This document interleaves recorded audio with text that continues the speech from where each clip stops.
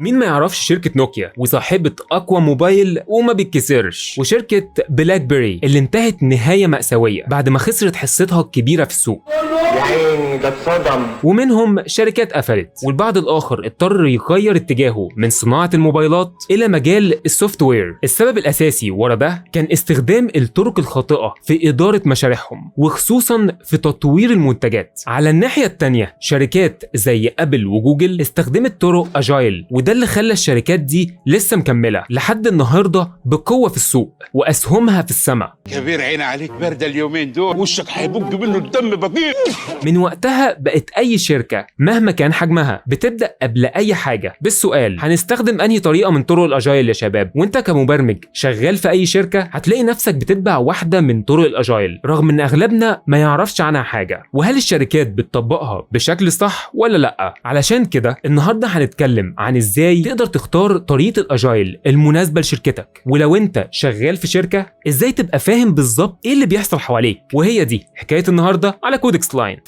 الطريقة القديمة انك كنت لازم تستنى لحد ما تخلص المشروع كله وبعدين تسلمه حتة واحدة، ولكن مع طرق الاجايل الموضوع اختلف تماما. بقيت تقدر تسلم المشروع على اجزاء، وده بيديك ميزة كبيرة ان المشروع يبقى في السوق قبل ما تخلصه بشكل كامل. وده مهم جدا لعدة اسباب. اول سبب الفيدباك من العملاء بدري. هتقدر تاخد رأي العميل اول باول وتعدل على الشغل بسرعة، بدل ما تخلص كل حاجة وبعد كده تكتشف ان في مشاكل. يعني مفيش تعب هيضيع على الفاضي. النقطة التانية تقليل الضغط على الفريق. تقسيم الشغل على الناس اللي موجودة بيخفف ضغط الشغل عليهم. انا ما احبش حد يضغط عليا. امال عايز ايه؟ لا انا احب ابقى متظبط. وانت بتتظبط على كام؟ مش بايدي. وده بيخليهم يدوا شغل احسن وبجودة افضل. النقطة التالتة لما الفريق يبقى مرتاح في شغله ومفيش ضغط كبير عليهم، بيئة الشغل كلها بتتحسن وبيكون في انتاجية اعلى. في طرق كتير لتطبيق الاجايل، واختيار الطريقة المناسبة منهم بيعتمد على عوامل كتير، لكن كل الطرق دي بتشترك في حاجات أساسية عشان تضمن نجاح المشروع. أولاً كل الطرق دي بتركز على تقسيم الشغل لأجزاء أصغر بنسميها سبرنتس. مدة السبرنت بتكون من أسبوع ل4 أسابيع، وفي نهايتها الناس بتكون خلصت جزء واضح من المشروع. الجزء ده ممكن العميل يجربه ويدي فيدباك، وده بيساعدك إنك تحسن أول بأول. ثانياً الفرق اللي بتشتغل على المشاريع بتكون تخصصاتهم مختلفة، يعني في مبرمجين، في مصممين، في مختبرين. من أساسيات الاجايل ان التواصل بينهم يكون فعال عشان الكل يكون على نفس الصفحة عشان يقدروا يسلموا الشغل في الميعاد وبجودة عالية. ثالثا تخيل انك مستثمر في شركة برمجة.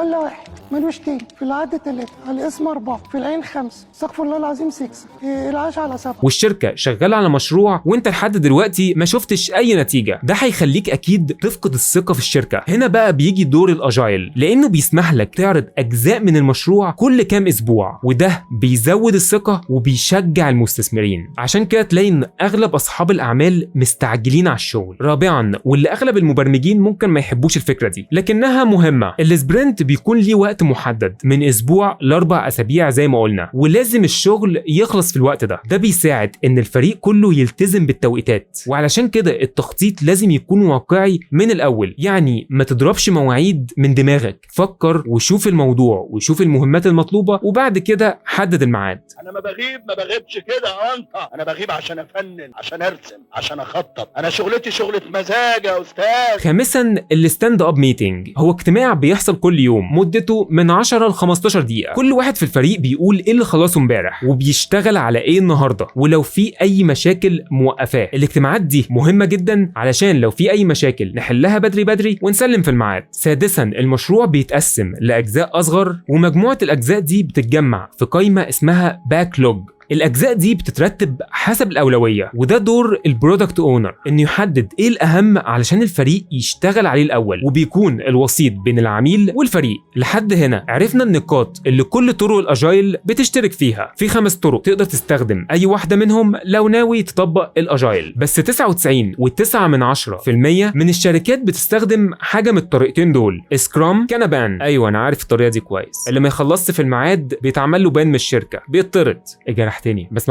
ما اسمعش صوتك لحد ما اخلص. في الغالب بسبب ان بعض الشركات ما تعرفش الفرق بين الطريقتين، بيجربوا واحده منهم، ولما ما تشتغلش وتبوظ الدنيا يبقى التانية هي الصح، بس ده بيضيع وقت ومجهود على الفاضي. علشان كده تعالوا نعرف الفرق بين الاتنين من الاول. السكرام، الطريقه دي بتعتمد على السبرنتس، ودي بتكون مجموعه من المهام بيتحدد لها وقت من اسبوع ل4 اسابيع، ولازم تخلص في الفتره دي وتكون جاهزه للتسليم، وبتحتاج توظف كام واحد جداد زي برودكت اونر وسكرام ماستر، واللي مهمتهم الاساسيه انهم يتاكدوا ان الشغل ماشي صح، والمهام الاكثر اهميه هي اللي ليها اولويه. النظام ده بيحتاج 3 اجتماعات اساسيه: اجتماع بيحصل بشكل يومي اللي هو الستاند اب، واجتماع قبل بدايه السبرنت، واجتماع اخير في نهايه كل سبرنت. الميزه الاهم في طريقه السكرام هي انه سريع في التعامل مع التعديلات المفاجئه، زي لو في فيدباك من العميل تقدر تضيفه في السبرنت اللي جاي، وده بيدي للعميل وقت واضح للتسليم. لو الفريق كبير تقدر تقسمه لاكتر من فريق، وكل فريق يقدر يشتغل على سبرنت منفصل على التوازي، وبالتالي انجاز مهمه اكتر في وقت اقصر. وبالنسبه للطريقه الثانيه الكنبان، مناسبه جدا لو المشروع فيه مشاكل كتير ولازم تتصلح في اسرع وقت، ده علشان اي حد بيخلص المهمه بتاعته بتقدر تاخدها وتعمل لها ديبلويمنت على طول، ومش مضطر تستنى اسبوع او 2 زي ما بيحصل في نظام السبرنتس. اخيرا، لو شركتك لسه مش بتستخدم طريقه من طرق الاجايل، اقترح عليهم انهم يبتدوا، ولما يشوفوا النتيجه الايجابيه اللي هتيجي من التطبيق ده والتطور السريع اللي هيتم وبيئه العمل اللي هتبقى افضل، هيقدروا اهميه الطرق دي، وده هيدي فرصه ان الشركه تقدر تبقى جاذبه للمطورين اللي ليهم كفاءه ومهارات عاليه، وحتى الناس اللي لسه بتتعلم هتحس ببيئه العمل المريحه وهتقدر ده. ولحد هنا خلصت حكايتنا، واشوفكم في الحكايه اللي جايه على كودكس لاين، والسلام عليكم.